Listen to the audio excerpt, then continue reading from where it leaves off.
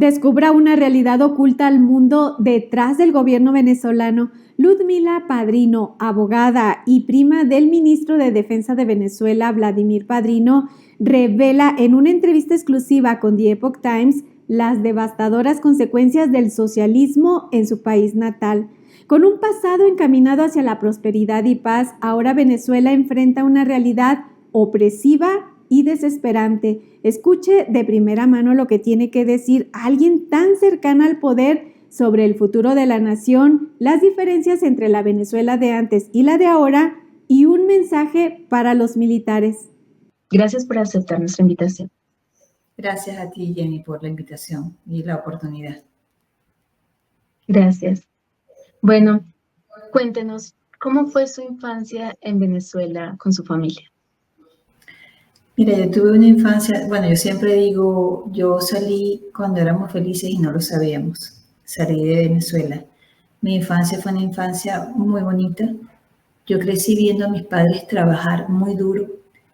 Mi papá trabajaba en una empresa de pintura que después se quemó y él la volvió a levantar. Nosotros trabajamos viendo ese ejemplo de trabajo arduo, constante, fines de semana, no, sin descansar, pero también vimos la parte familiar, donde a pesar de que teníamos tanto trabajo, mis padres tenían tantas ocupaciones, siempre encontraban el espacio para preocuparse y ocuparse de su familia, de sus padres, de sus hermanos. Mi papá era el que tenía la visión de empresario, de emprendedor, y siempre estaba pendiente de cómo ayudar a sus hermanos que no tenían esa visión. Y bueno, en pocas palabras, una familia unida, trabajadora, honesta y feliz, y feliz. ¿Cuál es el mejor recuerdo que tiene de su vida, ¿no? De esa infancia en Venezuela? Ese, el poder estar con la familia. Lo que pasa es que quienes nos tocó salir y ver desde afuera todos esos afectos que ya no tenemos con nuestros cerca de nosotros. Ver que nuestros hijos no tuvieron la misma oportunidad de crear recuerdos, de crear ese concepto tan importante que es la familia, la solidaridad, de saber que tienen a sus abuelos, a sus tíos, a sus primos, que todos tienen para cuidarse porque todos somos uno solo. Es cuando tú viviste eso y ahora ves que no tienes la oportunidad de que tus hijos lo tengan y que la mayoría de los venezolanos, porque somos casi 8 millones de venezolanos que estamos alrededor del mundo, una diáspora inmensa que ha tenido que conformarse con ver a su familia a través de una videocámara, ver envejecer a sus padres, ver crecer a sus sobrinos, no poder conocerlos, no poder abrazarlos. Yo creo que dentro de todas las cosas malas que esto nos ha traído este régimen, yo creo que esa es una de las peores. El no poder disfrutarnos como familia, conocernos y crear, construir ese concepto tan hermoso que es la familia, que yo creo que es lo básico de todo ser humano y la base de la sociedad. De acuerdo. ¿Cómo era su relación familiar con Vladimir Padrino? Vladimir y yo crecimos como hermanos. Te puedo decir que nosotros todos los primos, todos, éramos muchísimos primos y todos nos queremos. Nos hemos distanciado porque, bueno, el mundo nos llevó por distintas partes. La situación nos llevó a distintos países y distintos lugares. Y la distancia pues es inevitable, pero estoy segura que todos, donde estén cada uno de ellos, están de acuerdo con lo que digo. Crecimos todos como hermanos, queriéndonos, siendo cómplices tremendos, portándonos mal, portándonos bien. Son recuerdos todos muy bellos y especialmente entre Vladimir y yo siempre hubo una conexión muy especial, porque nos sentíamos muy iguales, muy empáticos en las cosas que nos gustaban. Nos las pasábamos recogiendo perritos en la calle, perritos callejeros, llevándonos, alimentándolos, tratando de que nuestros padres nos dejaran llevar el animalito. Mira, son recuerdos tan bonitos que son lo que me ha llevado a mí, porque yo sé que en algún lugar todavía él tiene eso, ese buen ser humano, esa conciencia. Y yo estoy tratando de despertar esa conciencia, estoy tratando de despertar esos sentimientos. ¿Cómo era la Venezuela en la que usted creció? Bueno, una Venezuela próspera, feliz, nunca faltaba nada. O sea, realmente yo sé que siempre ha habido los que tienen más, los que tienen menos y los que tienen casi nada. Pero yo recuerdo en mi infancia cómo mi mejor amiga era la hija de una persona que trabajaba de doméstica en una casa, en un sector de gente que tenía mucho dinero. Nosotros somos clase media y mi mejor amiga era ella y sabes, no había ese odio entre clase media, pobre, ricos, o sea, cada quien tenía lo que tenía y cada quien podía y ayudaba al que podía y no habían esas confrontaciones y esa siembra del odio del que el que tiene es malo y el que no tiene es bueno, porque el Señor es el que produce ayuda al que no tiene, pero las concepciones, las tristezas y las consecuencias de lo que un régimen socialista, comunista nos trae y cómo nos destruye y cómo nos minimiza y nos va convirtiendo en prácticamente nada, porque eso ha sido lo que ha pasado con Venezuela. El régimen fue acabando con la industria privada, con las oportunidades. La educación, el nivel de educación cada día se fue deteriorando porque los talentos se fueron. Ya no tenemos buenos profesores, ya no tenemos buenas universidades. Entonces, mi Venezuela querida, en la que yo crecí, era una Venezuela donde la educación era excelente, donde PDVSA ser una empresa ejemplo en el mundo, entre otras cosas. Bueno, cuéntenos cómo es Venezuela ahora. Venezuela ahora está llena de gente valiente, porque te quiero hablar primero de lo principal, que es la fuerza del guerrero, que es el pueblo venezolano. Hay que ver que nosotros somos bien guerreros, porque tenemos 25 años luchando sin nada en la mano que no sean banderas, pitos, cacerolas y unas ganas muy grandes de salir de esta dictadura que nos ha hundido en lo más profundo, porque Venezuela ahora es un país donde la industria privada casi no existe. Las personas, las oportunidades de empleo son precisamente con el gobierno, porque la industria privada está totalmente anulada. Y esto ya sabemos cuál es el objetivo del régimen con todo esto. Que la gente no le quede más remedio que por necesidad tener que trabajar con ellos y subyugarse a ellos, porque no tienen otras oportunidades, porque no tienen universidades donde estudiar que no sean las del régimen, no tienen hospitales donde ir que no sea, si no tienes el carnet de la patria que te permita a recibir asistencia. Si no tienes el carnet de la patria, entonces tampoco puedes poner gasolina, no puedes comprar, no puedes tener acceso a la comida. Entonces nos tienen ahorcados. Así nos tienen. Y ahora hay una Venezuela, porque antes ellos disimulaban ante el mundo, ahora ellos ya se quitaron el disfraz, se quitaron el antifaz. Es evidente lo que están haciendo, el megafraude, y ya no es megafraude, es el golpe de Estado que nos dieron el 28 de julio, cuando salieron a reconocer un triunfo sin dar resultados. Y posteriormente, ayer, ya tú debes estar informada, el Tribunal Supremo de Justicia, mediante una sentencia totalmente nula, una sentencia ilegal, que no tiene ningún sentido, porque para comenzar están usurpando poderes y por lo tanto eso lo hace nula, absolutamente nulo. Entonces, honestamente, a veces tú te quedas sin palabra porque ya no tenemos capacidad de qué más nos pueden hacer, de qué otra manera nos podemos impresionar de lo que nos hagan. La Venezuela de hoy es una Venezuela donde existe una operación Tuntún que te tocan la puerta y te quieren llevar sin ninguna orden.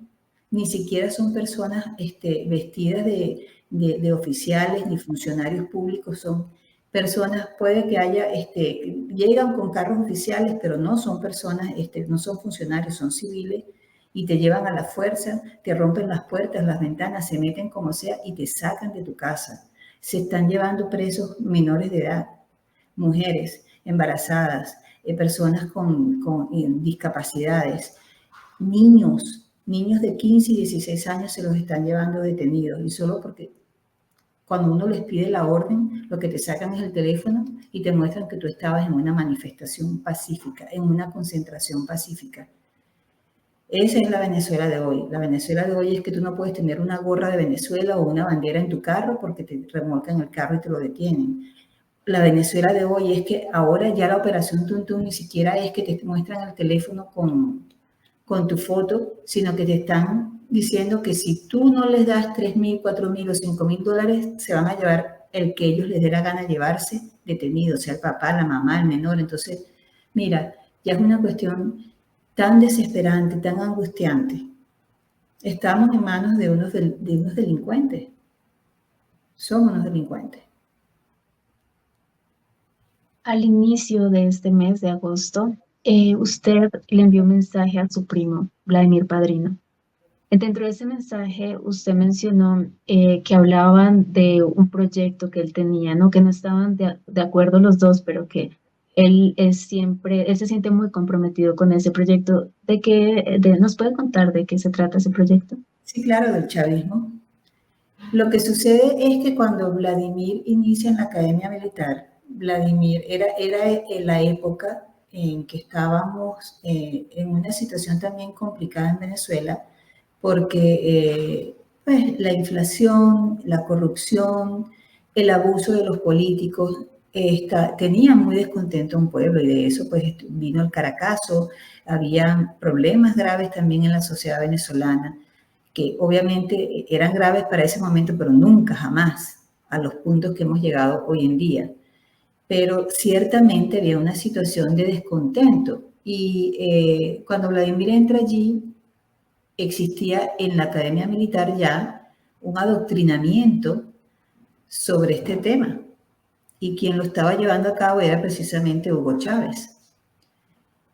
Yo me entero de esta situación cuando el intento de golpe de Chávez, Vladimir le cuenta a mi papá, y yo estaba ahí presente, de que lamentablemente él no estaba de guardia cuando se hizo esa intentona, y él no participó porque no se encontraba de guardia en la academia. Y aquí es cuando nosotros comenzamos a conversar de que yo le decía, ¿cómo tú puedes estar de acuerdo con eso? Esto no es sano, esto no nos va a llevar a ninguna parte, y comienza desde entonces nuestros diálogos y nuestras diferencias sobre lo que era el proyecto de ellos, que ya era algo público porque ya la intentona se había dado, y sobre lo que nosotros, a pesar de tener una democracia como todos, con sus defectos y sus cosas buenas, estábamos tratando de discutir con él. Pero bueno, nunca pensamos que eso iba a pasar más allá. Ya después, pocos años después, yo me vine a los Estados Unidos, y bueno, esas discusiones, conversaciones, no discusiones, esas conversaciones se hicieron cada vez más distantes. Las continuábamos cada vez que nos veíamos, porque yo seguía yendo a Venezuela 2 veces al año, visitaba a mi familia, como te he dicho. Para mí mi familia es muy importante, visitarlos, no distanciarme, y la razón de eso era que yo iba 2 veces a Venezuela, 2 veces al año, y hasta el 2012. Ya después, dadas los niveles de alto riesgo de la delincuencia en Venezuela, pues yo dejé de ir. Bueno, la empresa Consultores 21 hizo una encuesta previa a las elecciones en la que sus resultados, ¿no?, daban que al menos el 60% de la base militar venezolana quería que Edmundo González fuera el presidente. Esto significa que querían un cambio, ¿no? Desde su perspectiva, ¿qué cree que deben hacer estos militares en este momento? Bueno, yo pienso que los militares tienen, es un poquito delicado hablarte de eso, pero ciertamente, de hecho, hubo un centro de votación donde votaban nada más militares, y allí de 4.000 militares, 3.000 votaron por Edmundo González. Eso dice mucho. Ahora, ¿qué deben hacer los militares? No tener miedo, organizarse y salir, porque estos militares que votaron por Edmundo González son los militares que forman parte de la sociedad normal y corriente. Los capitanes, los soldados, subtenientes, no son los militares de alta jerarquía, que por supuesto están muy bien acomodados. Esta gente, estos militares que votaron por Edmundo González, lo hicieron porque han sufrido y han visto a su familia sufrir también las consecuencias de un régimen y de un gobierno socialista, comunista, que nos está ahorcando, que nos está haciendo pasar hambre, que nos está limitando del servicio médico, de la educación. Ellos también lo están sufriendo y lo están viviendo. Entonces, obviamente, entienden al pueblo y están del lado del pueblo. Ahora, ¿cómo hacer para manifestarse? Porque el problema es que entiendo que no es fácil, es muy complejo. Entendemos también que hay muchos militares detenidos y que están reprimiendo a la gente en la calle, es con personas que no son del medio, pero que los visten como militares, cubanos, rusos, chinos. Ha llegado de todo a Venezuela y aunque la gente no lo puede decir públicamente, los mensajes que me llegan a mí es de personas que denuncian estos abusos y denuncian que no son personas venezolanas los que los golpean ni los que los sacan de sus casas a golpe. ¿Qué tienen que hacer los militares? Los militares conocen perfectamente las leyes. Ellos saben que ellos están amparados por la Constitución para no obedecer órdenes que violenten la Constitución y que además los lleve a ellos a cometer delitos de lesa humanidad. Ellos están protegidos, ellos se pueden rehusar a seguir órdenes. Ellos no tienen que acatar órdenes cuando estas órdenes van contra la Constitución, pero también ellos tienen que saber la otra parte. Si ellos cometen actos que violenten la Constitución y que vayan contra el derecho de los seres humanos y que vaya contra donde ejecuten delitos de lesa humanidad, ellos también van a tener su responsabilidad y van a tener que pagar por eso. Ellos no se van a poder escudar en que es que yo estaba obedeciendo órdenes superiores. Eso no es una excusa. Si usted comete un acto en el cual vaya contra la Constitución y cometa delitos de lesa humanidad, ellos van a tener que pagar, van a tener que hacerse responsables. Entonces, ¿qué tienen que hacer los militares? Bueno, salir a la calle, ponerse del lado del pueblo, proteger al pueblo y hacer respetar la soberanía de un pueblo. ¿Por qué salieron 8 millones de venezolanos de Venezuela? ¿Por qué salieron? Bueno, salieron por muchísimas cosas, salieron por hambre, salieron porque ya no, yo no sé si ustedes están al tanto, pero hubo un momento en que la inflación y el dólar tú ganabas el sueldo mínimo de un venezolano, era $5, eran $10. La gente no tenía cómo alimentar a sus familias y por eso es que tú veías grandes masas de venezolanos yéndose hacia Colombia, Ecuador, Perú, Chile y también después, posteriormente, también se fueron a través del Darién y todo Centroamérica para llegar a los Estados Unidos. La necesidad, el hambre, el no tener medicinas, el no tener educación, o sea, cualquier persona que podía salía, porque no teníamos cómo, no estábamos viendo ningún tipo de futuro y no teníamos cómo satisfacer nuestras necesidades básicas. Esa es la razón por la que el venezolano sale. Obviamente también hay muchos perseguidos, hay perseguidos políticos, pero también hay mucha víctima de la grave crisis humanitaria que se está viviendo en Venezuela. ¿Y usted en estos momentos puede ir a Venezuela? Bueno, como te dije, yo desde el 2012 decidí no ir porque me vi involucrada en una situación de víctima de un asalto en donde toda mi familia estuvo en riesgo y dije, yo no regreso más. Y así fue, no regresé más. Ahora, si tú me preguntas en este momento si puedo ir a Venezuela, bueno, no creo que pueda porque en el momento en que yo quise Venezuela, después de todas las cosas, entrevistas y cosas que he dicho, lo más seguro es que pues, me metan detenida. Bueno, sabemos que ya lleva varios años en Estados Unidos.